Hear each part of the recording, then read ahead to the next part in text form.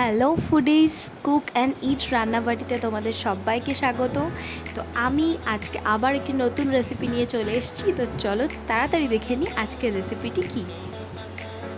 তো আমাদের আজকের রেসিপিটি হলো চিংড়ি মাছ দিয়ে কচুর শাক। এটি কিন্তু একটি বাঙাল রান্না। রান্নাটি করতে কী কী লাগছে সেই উপকরণগুলি ভিডিওর শুরুতেই আমি দিয়ে দিয়েছি, তো আপনারা চাইলে সেখান থেকেও দেখে নিতে পারেন। তো আমরা নিয়েছি কচুর শাক। এখানে কচুর শাকটা অল্প কিছুটা নুন দিয়ে আমরা সেদ্ধ করে নিয়েছি। সেদ্ধ করে রাখা কচুর শাক এখানে রয়েছে। আর আমাদের লাগবে চিংড়ি মাছ। চিংড়ি মাছগুলোকে ভালো করে গরম জল দিয়ে ধুয়ে নিয়েছি। এবার গরম জল দিয়ে ধুয়ে রাখা চিংড়ি মাছগুলোতে হলুদ এবং নুন দিয়ে মাছগুলো ম্যারিনেট করে নেব। চিংড়ি মাছে নুন দিয়ে দিয়েছি, এবার এতে হলুদ দেবো এবং মাছগুলোকে মেখে নিই।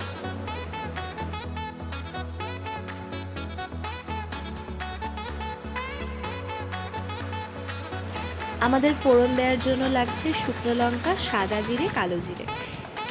এবার আমরা চলে এসেছি আসল রান্নায়।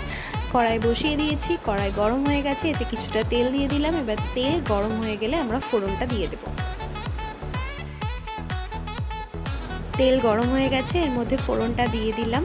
কালো জিরে, সাদা জিরে, শুকনো লঙ্কা ফোড়ন দিয়েছি, আগেও বলেছি।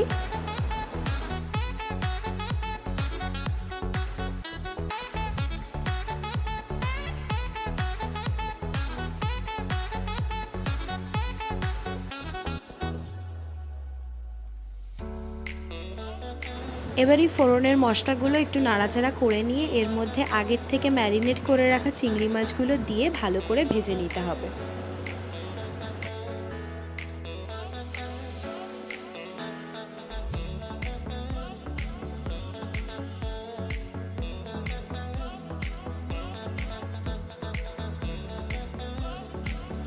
আমাদের চিংড়ি মাছগুলো একদম লাল করে ভেজে নেওয়া হয়ে গেছে। এরপর আমরা আগের থেকে সিদ্ধ করে রাখা কচুর শাকগুলো এর মধ্যে দিয়ে দিচ্ছি। কচুর শাকটি দেওয়া হয়ে গেলে ভালো করে নাড়িয়ে চাড়িয়ে মিশিয়ে নিতে হবে এবং আপনারা যেরকম ঝাল খান সেই অনুযায়ী আপনারা কাঁচা লঙ্কা দিতে পারেন।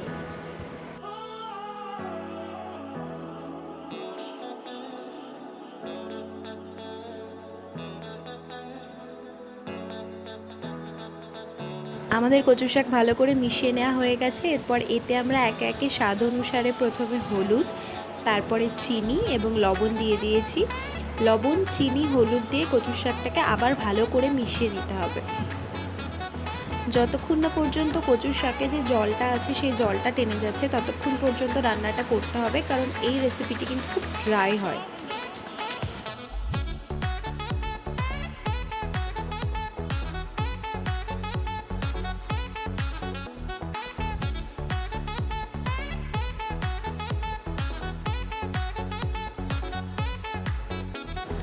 দেখতেই পাচ্ছেন আমাদের চিংড়ি মাছ দিয়ে কচুর শাক এখানে প্রায় তৈরি হয়ে এসছে। তো এটাকে আপনারা গরম গরম ভাতের সাথে সার্ভ করুন, খেতে খুবই দারুণ লাগে।